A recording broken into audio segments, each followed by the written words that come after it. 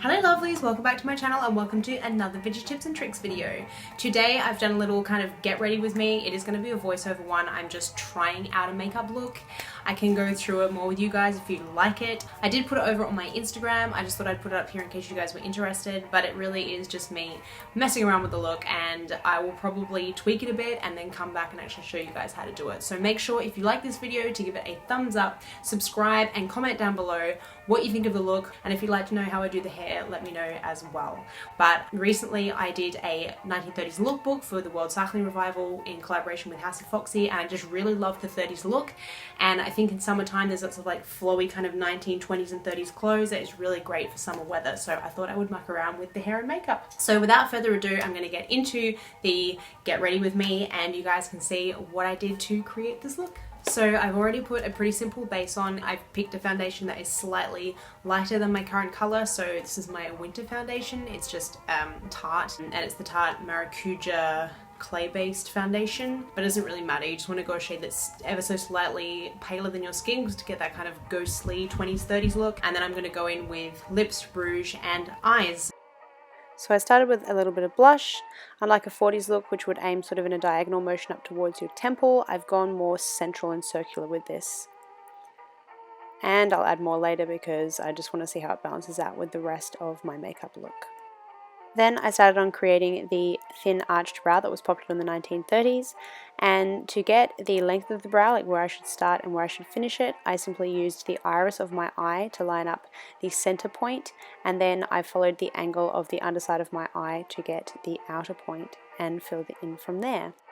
Usually I would draw on strokes sort of upwards to create a thicker brow, but for a 30s look it's almost like a single line. So what I did was just gradually draw a thin line following more of the top of my brow so that I could get a real arch to it, and then coming in sort of a rounded swoop down to that point that I created on this side of my face where my brow would end. I then used a brow brush to sort of even out the tone and just make sure that the line wasn't too harsh. That did create a little bit of thickness, but I find if I have too thin a brow, it kind of looked too harsh. For my lids, I've already laid down a lid or eyeshadow base, and now I'm going in with a sort of base or blending shade, which is a pale sort of taupey brown color, and just going in and around my crease and creating an arch in there.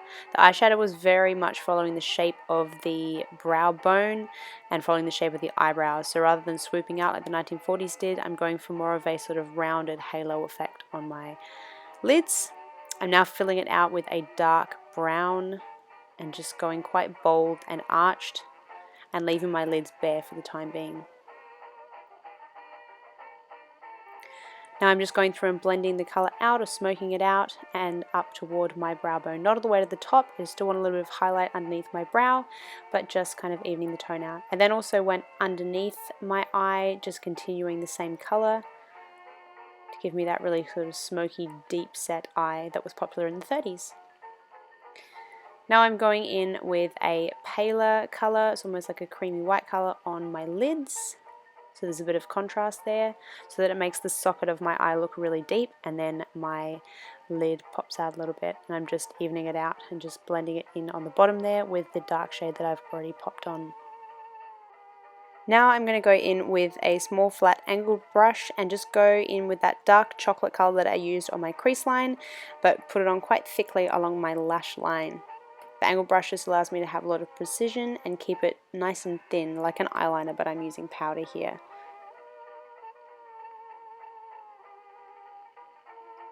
I didn't want to use too much eyeliner because it's not really a 1930s look. As I've mentioned in other videos, it became more popular in the 1940s. So all the way around my eye I'm using powder rather than liner. I may use a little bit of liner later on, but it will really just be to accentuate my lash line rather than to give me a flick out and sideways. So now I'm going in with a kohl pencil or a liner pencil and literally just going over the very edges of my lashes. It is a really, really thin black line that I'm creating, and I will be smudging it out a little bit.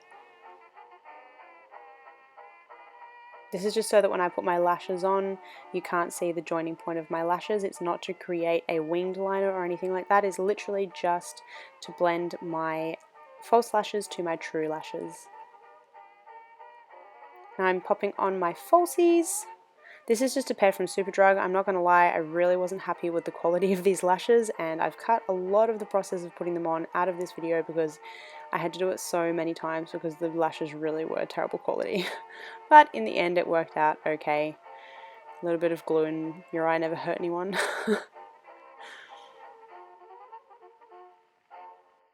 And as always, I'm going in with a decent coat of mascara. I'm just being careful when I do this because I don't want to get it on my falsies too much because then it can clump and look a little bit yucky.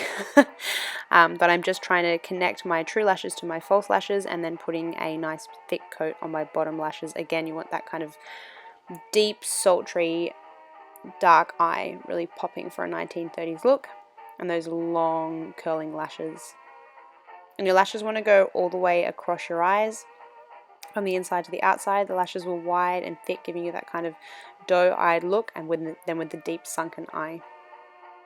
Now I'm just putting some highlighter underneath my brow bone just to get that extra arched look from my eyebrows. And I'm going to head in with my lip liner. Now the trick to a 1930s lip is to give yourself almost a love heart shape over your cupid's bow. So the center of that kind of love heart cupid bow bit is actually quite deep. It goes up and rounds out over the edges of your upper lip and then comes in quite sharply the way that you would if you were drawing a love heart, so that whilst it's outside your lip on the top section, once you get in toward the corner of your mouth, you're actually inside the lip line and you're drawing the edge of your lip into the inner corner of your mouth rather than the outer corner of your mouth, if that makes sense. Same with the bottom. Even though I start from the side, I'm starting from the inner corner, drawing down and missing the line along the edge of my lip, and then as I get to the inner third of my lip, I'm drawing out and underneath my lip line so that I have a very pouty mouth. I always like to fill in my whole lip with lip liner. For me, I just find that it makes my lip last much longer throughout the day, and when I eat, I don't end up with patching on the inside of my mouth. I find that my lipstick really stays. So I've just gone with a basic red liner, and then this is Kat Von D's Vampira, I believe, which is a very deep, dark red. The 1930s was quite sultry and dark with all of its colors, hence why I've chosen a chocolate brown for my eyes, and then I've gone in with a dark red lip. Plus I just love this color. Kat Von D's lip with lipsticks are probably some of my favorite formulas. I think they last a really long time and they don't dry my mouth out too much. And then I decided to go in with some extra blush because it just didn't feel like it had that dolly look to it, and I wanted to really make myself have that 1930s kind of doll face look. So I went in with a little circular motion of blush and some extra dark eyeshadow.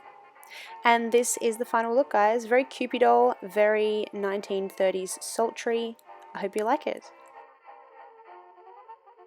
So I hope you enjoyed the video, guys. I know it was quite brief and I didn't kind of go into too much detail because honestly, as I was doing it, I didn't really know what I was going to do. But this is what the final look looks like. I'm quite pleased with it. I will kind of mess around with it and see if I can come up with a more kind of perfected version of it, but I'm pretty pleased with this. If you want to see more kind of 1920s, 30s looks, let me know. I will chuck some up on the channel. I can show you how to do the hair and the makeup, and hopefully I will have developed a little bit more of like familiarity with this style by the time I make a proper tutorial for you guys. Don't forget, you can always come over to the Vintage Tips and Tricks group on Facebook and join us, and follow me on Instagram for more vintage tips and tricks. Otherwise, see you in my next video, guys. Bye!